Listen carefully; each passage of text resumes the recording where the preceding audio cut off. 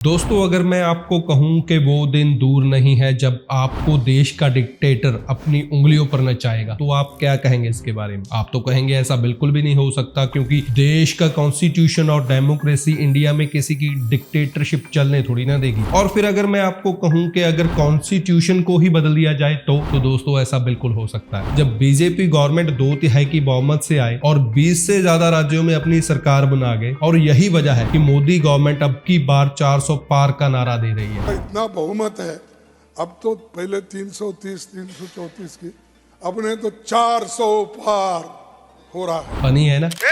अब जरा सोचिए, एनडीए गवर्नमेंट की अभी पूरी बहुमत की सरकार नहीं है, तो भी ओपोजिशन पार्टी को बिल्कुल भी स्वतंत्रता इस एनडीए गवर्नमेंट में नहीं मिल रही है। अगर वो खुलकर कुछ बोलना चाहती हैं तो ईडी, सीबीआई और इनकम टैक्स डिपार्टमेंट का छापा उन पर पड़ जाता है। और ऐसा ही कुछ हुआ देश की राजधानी के सीएम अरविंद केजरीवाल के साथ, जिसे ईडी के द्वारा गिरफ्तार कर लिया जाता है। और वही दूसरी ओर कांग्रेस पार्टी के फंड अकाउंट को सीज कर दिया जाता है। और मीडिया को तो भूल ही जाएं, उसे सिर्फ मोदी के गुणगान करने से फुर्सत मिले तो ही किसी जनरल टॉपिक पर वो बात करे, और फिर कहते हैं कि हमें गोदी मीडिया कहा जा रहा है। तो और क्या कहें आप? अब ये डिक्टेटरशिप नहीं है तो क्या है? दोस्तों, आज इसी टॉपिक पर मैं बात करने वाला हूं कि किस तरीके से धीरे धीरे हमारा देश मोदी की डिक्टेटरशिप के अंडर जाते जा रहा है। मेरा इस वीडियो को बनाने का मकसद मोदी गवर्नमेंट की बुराई करना नहीं है, बल्कि जो फैक्ट सामने है उन्हें आप तक पहुंचाना है। तो चलिए फिर बिना किसी देरी के वीडियो को शुरू करते हैं। लेकिन अगर आप हमारे चैनल पर नए हैं तो हमारे इस चैनल को सब्सक्राइब जरूर करें। बॉडी पार्ट,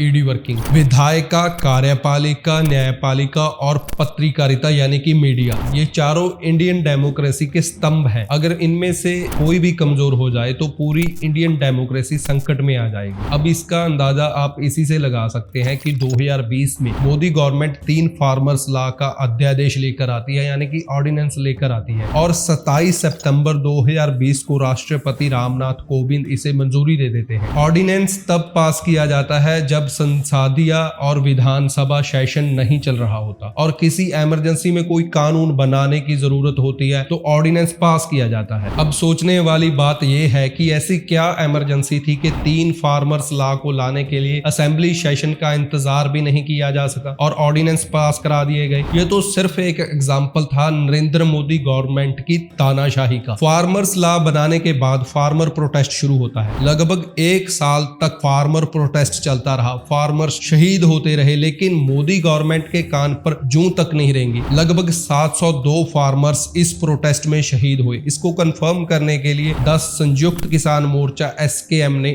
IANS से ये तक कहा कि हम 702 फार्मर्स की लिस्ट भेज देंगे जो इस प्रोटेस्ट के दौरान शहीद हुए थे। भारतीय जनता पार्टी के लीडर राम इकबाल सिंह ने अपनी पार्टी को ही क्रिटिसाइज करते हुए कहा कि अगर मोदी गवर्नमेंट महीने के अंदर इन फार्मर्स लॉ को वापस ले लेती तो इन सभी फार्मर्स को बचाया जा सकता था। 95% ईडी मामले ओपोजिशन पर। यह तो फार्मर्स लॉ की बात रही। इसके अलावा मोदी गवर्नमेंट पर ईडी यानी इन्फोर्समेंट डायरेक्टरेट और सीबीआई को लेकर भी क्वेश्चंस उठते आए हैं। इसके पीछे की वजह यह है कि मोदी गवर्नमेंट के आने के बाद 95% ईडी के मामले सिर्फ ओपोजिशन पार्टी पर ही हैं। 2014 से लेकर 2022 तक total 121 main political leader ED की जांच के दायरे में थे, जिसमें से 115 ओपोजिशन पार्टी के थे। यूपीए गवर्नमेंट की तुलना में पॉलिटिकल लीडर्स के खिलाफ ईडी के मामलों में बीजेपी गवर्नमेंट में 4 गुना ग्रोथ देखने को मिली। ये सारी study court record agency ED के द्वारा किए गए गिरफ्तार, मारे गए, छापे और पूछताछ की रिपोर्ट पर ही आधारित थी। 2014 से जब से एनडीए गवर्नमेंट बनी है तब से लेकर अब तक ईडी के मामलों में 4 गुना ग्रोथ हुई है। 2014 से सितंबर 2022 के बीच ईडी के दायरे में कांग्रेस के 24, टीएमसी के 19, एनसीपी के 11, शिवसेना के 8, डीएमके के 6, बीजेडी के 6, राजद के 5, बसपा के 5। बाकी मैंने स्क्रीन पर उन सभी पॉलिटिकल पार्टीज की डिटेल्स लगा दी हैं कि किस पार्टी के कितने लीडर्स पर ईडी इन्वेस्टिगेशन चल रही है। आप स्क्रीन पर देख सकते हैं। अब मोदी सपोर्टर आएंगे और कहेंगे अच्छी बात है ना, कम से कम करप्शन के खिलाफ मोदी गवर्नमेंट ने कुछ काम तो किया,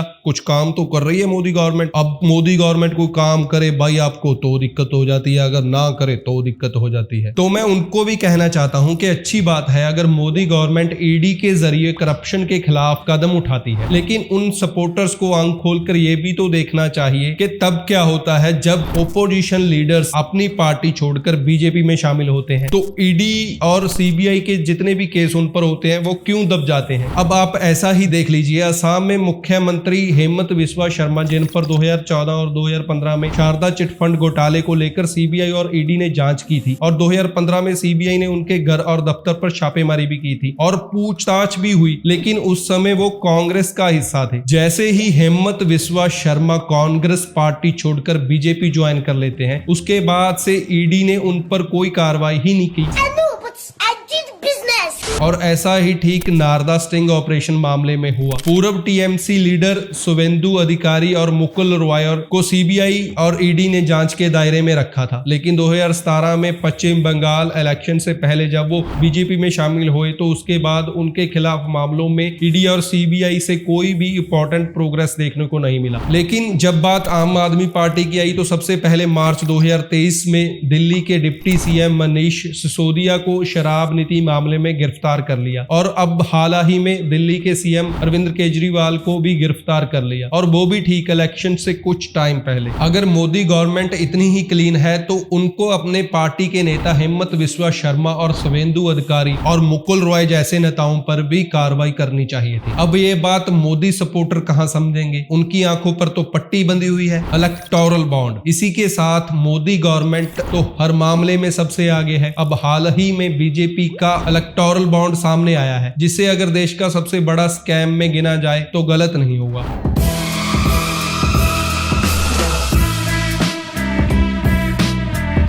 इलेक्टोरल बॉन्ड स्कीम को बीजेपी के late finance minister Arun Jaitley ने 2017-18 के बजट स्पीच में अनाउंस किया था। As an additional step, an amendment is being proposed to the Reserve Bank of India Act to enable the issuance of electoral bonds in accordance with a scheme that the government of India would frame in this regard. इस scheme के according कौन सी company किस political party को कितना चंदा देगी, इसके बारे में किसी को भी पता नहीं लगना था। बेसिकली इस स्कीम में कंपनीज बैंक को जाकर पैसा देती थी, उनसे कूपन लेती थी और यह कूपन पॉलिटिकल पार्टी को जाकर दे दिया जाता था। पॉलिटिकल पार्टी उसको रिडीम कर सकती थी और जो बैंक में पैसा था उसे एक्सेस कर सकती थी। स्कीम के बाद क्वाइट मीडिया की जर्नलिस्ट पूनम अग्रवाल ने अप्रैल 2018 में हजार के 2 इलेक्टोरल खरीदे। उसकी वीडियो उन्होंने अपने YouTube चैनल पर भी डाली है। ये दोनों ही इलेक्टोरल बॉन्ड दिखने में एक जैसे थे, सिर्फ इसमें फर्क था डेट का। लेकिन जब उन्होंने फोरेंसिक जांच करवाई तो पता लगा इसमें एक सीक्रेट यूनिक अल्फान्यूमेरिक नंबर था जो सिर्फ यूवी लाइट में ही नजर आता था। The forensic report revealed that these electoral bonds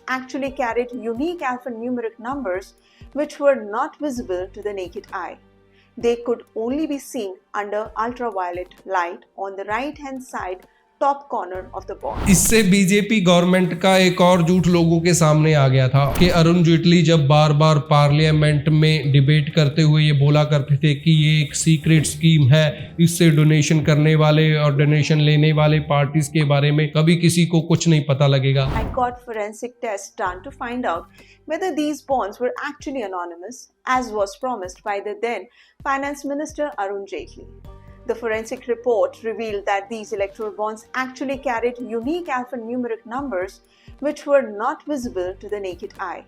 They could only be seen under ultraviolet light on the right-hand side top corner of the bond. लेकिन जनवरी 2018 में एक नोटिफिकेशन आता है जिसके सेक्शन 6(4) में लिखा होता है कि एसबीआई इलेक्टोरल बॉन्ड की डिटेल्स लॉ इन्फोर्समेंट एजेंसी को देनी पड़ेगी। इसे साफ पता चल गया था कि एसबीआई को पता लग सकता था कि किस कंपनी ने कितने रुपए का कूपन खरीदा है और उस कूपन को किस पार्टी ने रिडीम किया है। तभी तो एसबीआई ने ये सारी डिटेल्स ईडी को दे सकती थी। ईडी और सीबीआई तो बीजेपी गवर्नमेंट के अंडर काम करती हैं, तो इसका मतलब तो यही हुआ ना कि मोदी गवर्नमेंट जान सकती थी कि किस कंपनी ने किस पार्टी को फंड दिया है, लेकिन कोई भी मोदी गवर्नमेंट की फंडिंग के बारे में नहीं जान सकता था। वो तो शुक्र करो सुप्रीम कोर्ट का, जिसने इलेक्टोरल बॉन्ड की स्कीम को अनकॉन्स्टिट्यूशनल बताते हुए 24 घंटे के अंदर एसबीआई को इलेक्शन कमीशन को सारी डिटेल्स प्रोवाइड करने के लिए कहा। सुप्रीम कोर्ट का ये मानना है कि वोटर्स को ये जानने का पूरा हक है कि गवर्नमेंट को किस जगह से कितना फंड मिल रहा है। ये पूरी जनता का कॉन्स्टिट्यूशनल हक है। इस पर एसबीआई यानी कि स्टेट बैंक ऑफ इंडिया चाहता था कि उसे कम से कम 3 मंथ का टाइम तो मिले इतनी सारी जानकारी सुप्रीम कोर्ट को देने के लिए, ताकि इलेक्शन खत्म होने के बाद ये सारी डिटेल सबके सामने आए। लेकिन सुप्रीम कोर्ट ने एसबीआई को 24 घंटे का ही टाइम दिया डिटेल्स को सबमिट करने के लिए। So that's the big breaking news right now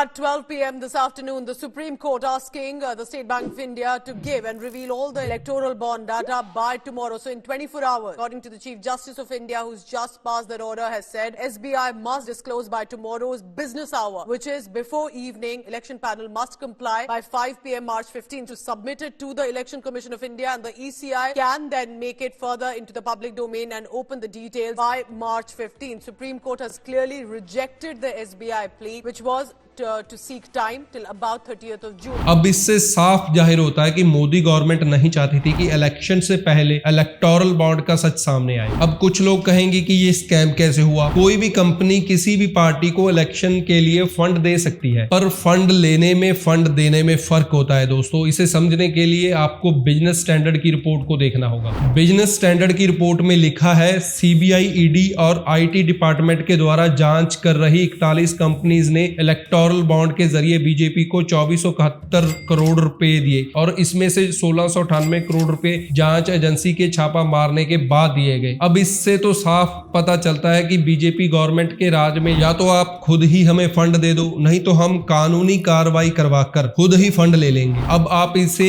dictatorship नहीं कहोगे तो क्या कहोगे? Congress bank account seize. Congress party opposition की सबसे स्ट्रॉन्ग पार्टी है, लेकिन यूथ कांग्रेस और कांग्रेस पार्टी के बैंक अकाउंट को सीज कर दिया जाता है। अब ना तो कांग्रेस पार्टी अपने कार्यकर्ताओं को पैसे दे पाती है, ना ही फ्लाइट की टिकट बुक कर पाती है, ना ही बिजली के बिल दे पाती है। ऐसे कई काम फंड की कमी की वजह से कांग्रेस के रुक गए। कांग्रेस नेता अजय मक्कान ने बताया कि इनकम टैक्स डिपार्टमेंट ने यूथ कांग्रेस और कांग्रेस पार्टी के 210 करोड़ रुपए की रिकवरी मांगी है। मक्कान का यह भी कहना है कि इनकम टैक्स रिटर्न में देरी और पब्लिक रिप्रेजेंटेटिव के 14 लाख रुपए कैश में चंदा देने की वजह से आईटी ने 5 साल बाद पेनल्टी के तौर पर कार्रवाई की है, और वो भी ठीक इलेक्शन से 2 हफ्ते पहले। अब बताओ ये कहां से जायज है कि चुनाव का टाइम चल रहा है और ठीक चुनाव के टाइम से पहले बैंक अकाउंट कांग्रेस पार्टी के सीज कर दिए जाते हैं। ये तो साफ इंडियन डेमोक्रेसी की हार ही तो है।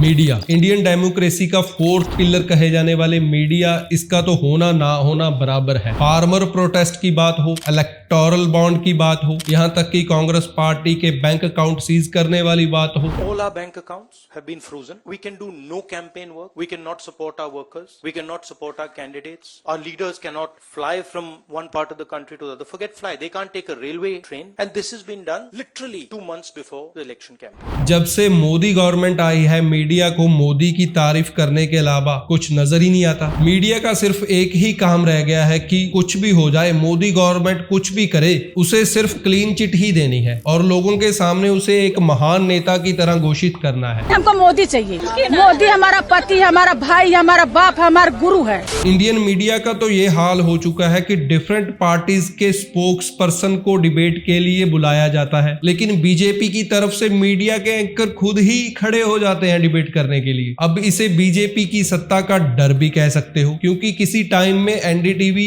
एक इकलौता न्यूज चैनल था जो सच दिखाने की हिम्मत करता था, लेकिन उसे भी अडानी के द्वारा खरीद लिया गया। अगर आप अब भी ये कहेंगे कि डिक्टेटरशिप नहीं है, तो इसमें मैं क्या कर सकता हूं? आपको जरूरत है अपनी आंखों पे जो पट्टी बंधी हुई है उसको उतारने की। जब आप इस पट्टी को उतारोगे तो आपको खुद ही साफ नजर आ जाएगा। दोस्तों, आपका इस वीडियो के बारे में क्या ख्याल है? बीजेपी गवर्नमेंट अपनी मनमानी कर रही है या नहीं? आप मुझे कमेंट करके जरूर बताएं, और ऐसी ही और इंफॉर्मेटिव वीडियोस देखने के लिए आप हमारे चैनल को सब्सक्राइब जरूर करना। अब मिलते हैं आपको अगले वीडियो में, तब तक के लिए थैंक्स फॉर वॉचिंग।